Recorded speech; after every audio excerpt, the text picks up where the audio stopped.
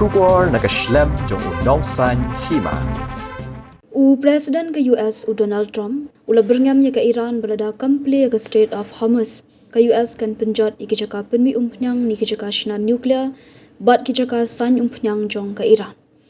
Trump ula tho ha ke truth social jong daka ba aipor saupra kanta ya ke Iran kata hadu ke sngi baar balada kample no ke Strait of Hormuz kan penjat iki karkhana jongka dak basdang shwa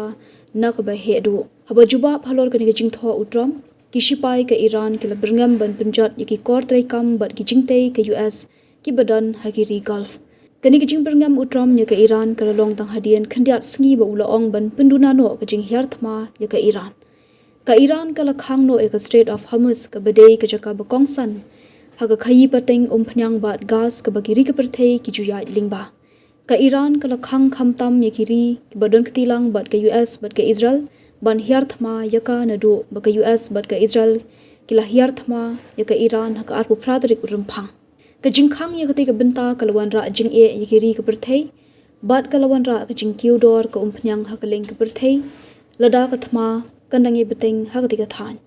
ki babuan kiri kum ka UK France Italy Germany South Korea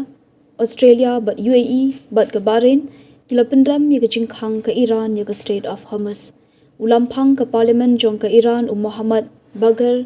Ghalibaf ula ong baka Strait of Hormuz kanuman phai byang shakajinglong kumbajulong hashwa kathma kadengi beteng hapding ke US Israel persha ya ke Iran hak bah kesngi sa jan ke jaka shna nuclear ke Iran ke badan hanatans kala sha penjan Henry kamsham ladon kanu jinglat kala air snew nakati ke jing sha penjan Hadian kani ke Iran kala penpai kala dak basiat misail ya kanong ba dimona ke badan ha Israel ke badai ke jaka penmi nuklear kumjuru ya ka arat ke bala penyap balat shispa ngun kibriyo.